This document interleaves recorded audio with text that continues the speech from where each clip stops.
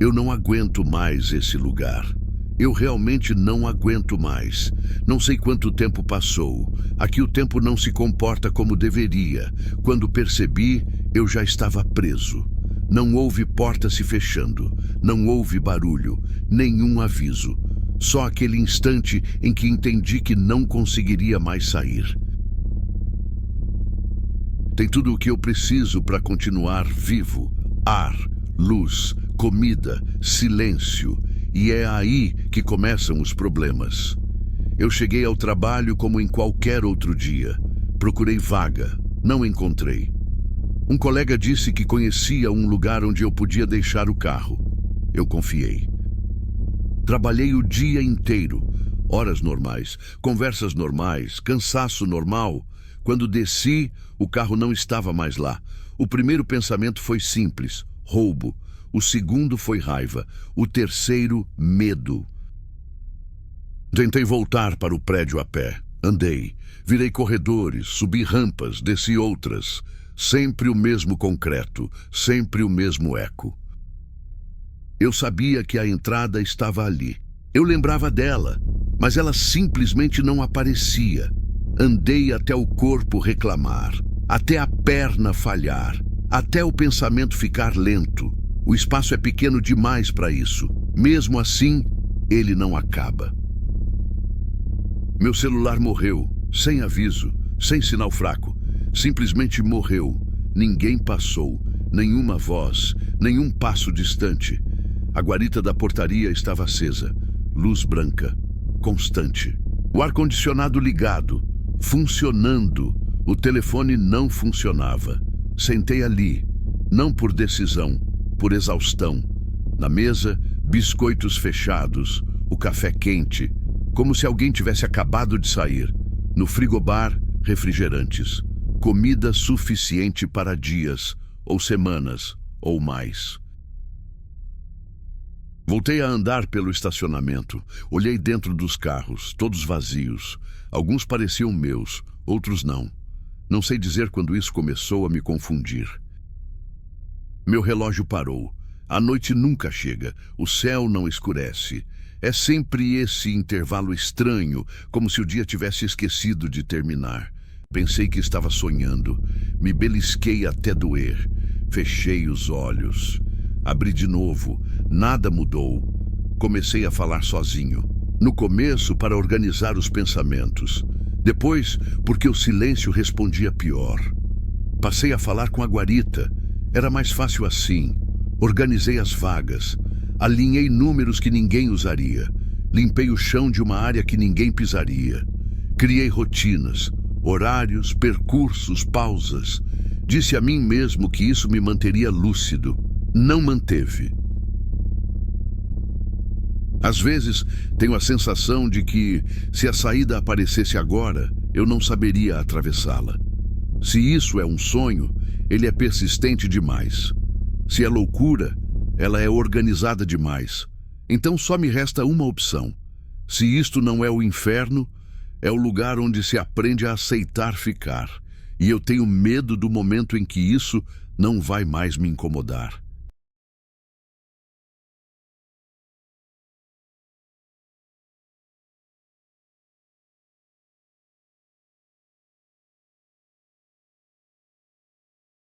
Eu nunca fui um cara exigente. Acho que isso sempre jogou contra mim, de alguma forma. Quando me mudei para aquela casa, eu já vinha de uma sequência longa de perdas. Nada muito cinematográfico. Não foi uma tragédia específica. Foi aquele tipo de desgaste lento, cotidiano, que vai tirando pedaços de você sem fazer barulho. A casa, na verdade, nem era uma casa de verdade. Era uma kitnet de bairro, daquelas espremidas no fundo de um terreno, com um corredor estreito que dava em várias portas iguais. A minha era a última. Banheiro pequeno, azulejos manchados, um cheiro constante de mofo que não saía nem com água sanitária. O ralo parecia nunca dar conta. O quarto e a cozinha eram o mesmo espaço, separados só por uma cortina velha. Mas era barato, e naquele momento isso bastava. Eu trabalhava de dia como controlador de acesso em um prédio de alto padrão no centro. Prédio bonito, portaria de mármore, gente bem vestida entrando e saindo o tempo todo.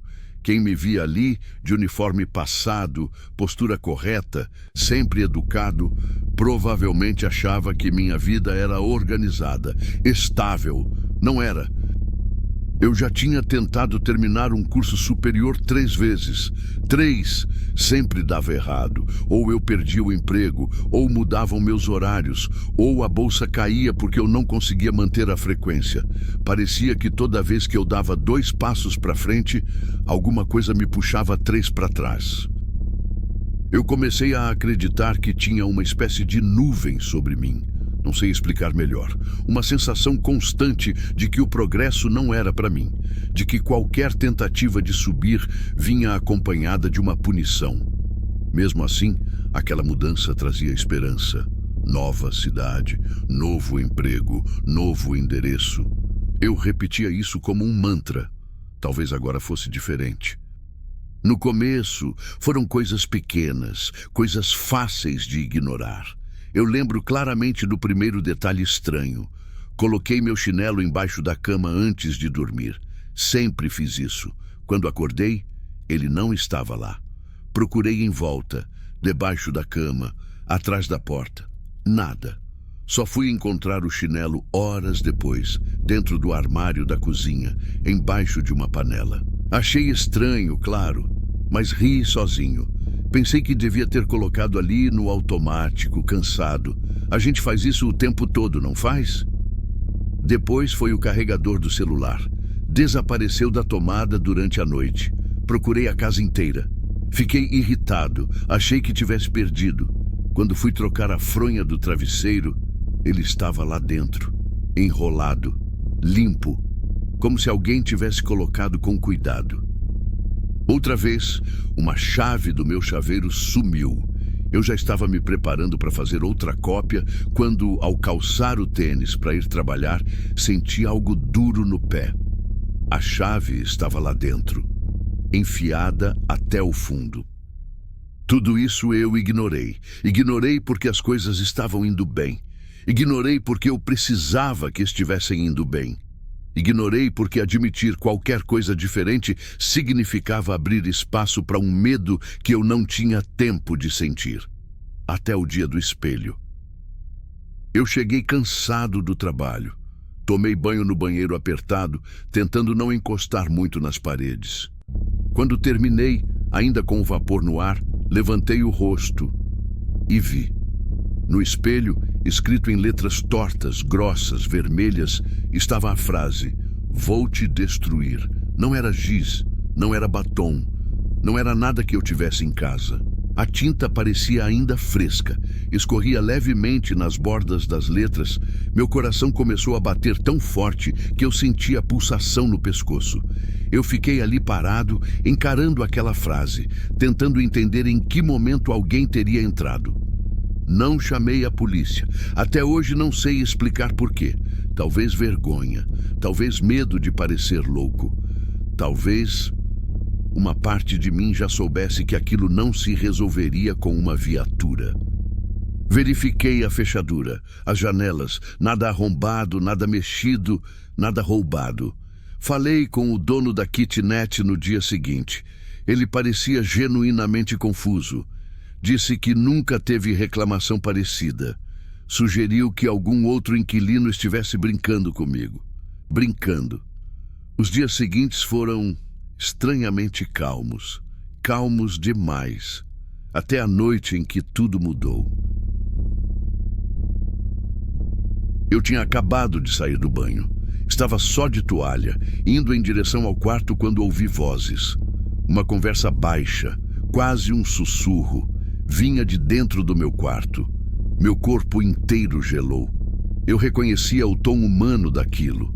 Não era televisão, não era rádio. Eram vozes, 2, talvez 3, falando algo que eu não conseguia entender direito. Entrei no cômodo de uma vez. Silêncio.